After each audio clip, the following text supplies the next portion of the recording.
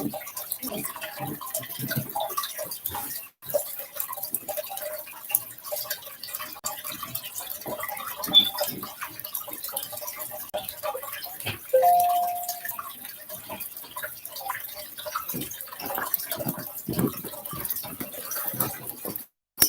up, my people? What's going on here? Got a little bit to talk about today. I guess we can start off with the boy AR Ab. AR Ab is in federal custody. First of all, let's see if you guys can subscribe this channel. We try and get our weight up, try and grow. So with y'all help, we definitely can get up there and start to give back to the people. Now, AR Ab, federal custody. He was stabbed in prison. Yes, AR Ab was stabbed in jail. He's trying to get released and they're not trying to let him out. So what we have is a guy in Philadelphia allegedly moving a whole bunch of drugs from state to state. And he was arrested. One of his affiliates was arrested for sending mail with threatening info in it to the guy that actually snitched on him. Now, that whole story is crazy because that dude is just all over the place. But the guy Dark Low actually wrote a note stating that he was going to fuck his baby mom and all this other kind of stuff for telling. And feds moved in and locked him up. Terroristic threats, threatening the man in custody, shit like that. So AR Ab is in jail. He was in the hole, being as though he had got stabbed, and he is now out of the hole. He's sick and he's trying to get out of jail, basically. So with that being said, what's you guys' thoughts on AR Ab? Do you guys think he should be in jail? Or, Dark Low? What's you guys' history on that? Now, moving on. Guess we talk about mo3 and his killer being caught, along with a second suspect being caught. Now, this suspect is talking, though. Everything's starting to come together with the mo3 case. So, both of these guys are affiliates of rapper Yellow Beezy and rapper Trap Boy Freddy. Now, looks like it's all pointing down to somebody paying this guy to kill mo3. A couple years ago, Yellow Beezy was shot 8 times on the expressway, same way mo3 was shot. So it's definitely a war in dollars right now. And, it's a lot of people affiliated with that situation. We got Errol Spence that's around that situation as well. Him and Yellow Beezy are, they real tight. And I'm just hoping that Errol Spence is a boxer, professional boxer, just beat Danny Garcia from Philadelphia. Just beat him. So makes Errol Spence unified. So yeah, he's definitely moving on to bigger things. Now, I don't know if you guys in Philly or not, but I'm in Philly and we're having some crazy weather issues. Excuse me, try to light my blunt, morning breakfast.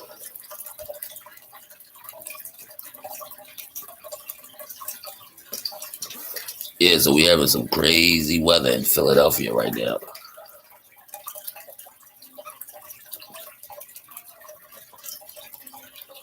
We got a couple inches of snow. Christmas is around the corner.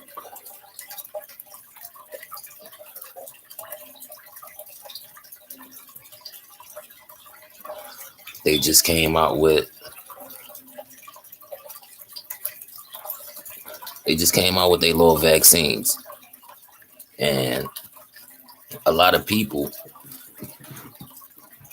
is definitely not trying to take the vaccine. Me personally, I don't think I'm taking the vaccine. I think they made that vaccine too fast. And I don't know if you guys seen the movie The Flu. I think that's what it's called, The Flu. But the movie The Flu, it definitely wraps around. It's like they predicted this shit to happen. And the movie Flu got to deal with everything that's happening with the coronavirus. People walking around with masks on. They don't want to touch each other. Stuff like that. Also, in the movie The Flu, they came up with the vaccine too fast. Very too fast. And being as though they came up with the vaccine too fast, you had people getting cancer and dying. Basically, from what I've seen today on certain news channels, that the first peoples that was getting the vaccine, they was getting sick. They was having complications, dizziness, lack of breath. Some people saying the medicine made them feel worse than the coronavirus. So I don't know. I'm not trying to tell you guys not to take it, but if you guys, I just think you guys should be cautious. I think you guys should be very cautious. My wife works in the health field. She's like a nurse. So some places is like mandatory that you take that vaccine. If you don't take the vaccine, you're not going to be able to work. And it's sad because I feel like people should have a say so what they want to put in their body. I don't know. That's just me. But we can move on. I just think we could talk about the stimulus checks or something like that. I just think that we should have had new stimulus checks. They're talking about giving us a new stimulus check, and the stimulus check that they're trying to give us, trust me, they're talking about is less than $1,200. So if you're out there and you're pushing to get that 12 like me, it might not happen. It might not happen. But you know, a lot of Americans is getting eviction letters, shut off notices. This pandemic really put a really big dent in a lot of people's pockets, and the government just don't care.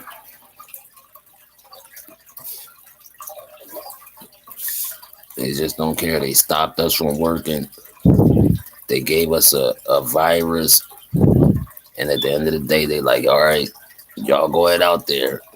Go ahead out there, finish getting it the best way you can. And I just feel like it's not right. They stopped our whole life for like almost 2 months. And then restarted our life and was like, hey, it's just like when they kidnapped the black people. After they used and abused us and made us build their Washington, they smacked us on the ass and said, hey, go on, get on out of here. They promised us 40 acres and a mule, and we ain't getting nothing but poverty and drugs. So I just think that's sad, man. I just think that's sad.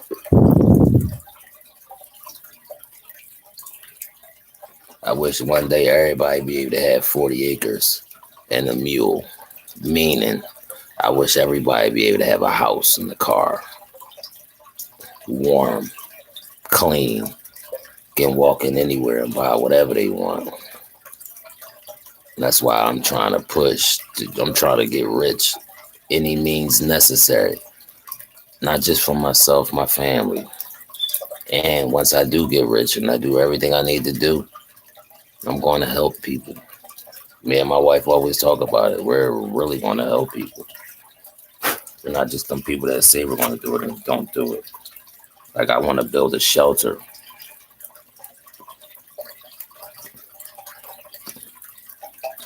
or something like that. Fix up an old school and make it to a shelter or an apartment building. Help out people that can't help themselves.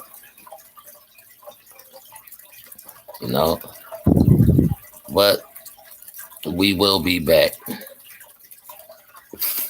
There's so much happening. Uh, the boy Rowdy Rebel just came home. Rowdy Rebel, gang member, GS9 from New York. Him and Bobby Smyrna. They run around together. I actually like Rowdy Rebel and Bobby Smyrna. It's like a war in New York right now with these gangs. They call it the Woos and the Chews. Let me say this again. They call it the Woos and the Chews. Shit is crazy, right? The Woos is a gang that, you know, the boy Pop Smoke used to be with. And the Chews is another gang. The Woos and the Chews, they're actually running around in New York right now, robbing and stealing ambulances and stealing the equipment that's in them. So I don't know what they doing out there or what the hell they trying to make out there. Probably trying to make a super drug or something. But FBI is on them. So I just want to say I hope Bobby Smyrna and them come home and watch their head. Because somebody else is watching their head and they trying to take their head off. So if they actually get a chance to see this video, I hope you guys watch yourself. Rowdy Rebel, Bobby Smyrna, keep your head low. Stay out the way. And you know, that's what it is. Do me a favor, y'all. Like, subscribe to this channel. We are growing show. What we trying to grow. We like it's about as small as them fish you looking at. But you know, with y'all help, we can get up there. And we will be giving away prizes. Trying to hook our people up for getting us up there, you know. Coming out to people's cities. Taking them to dinner. Taking them out for a day or two. And that's what it is, you hear me? This the boy Turk. Subscribe to James Manigold's channel. And you know, we out until the next time. One.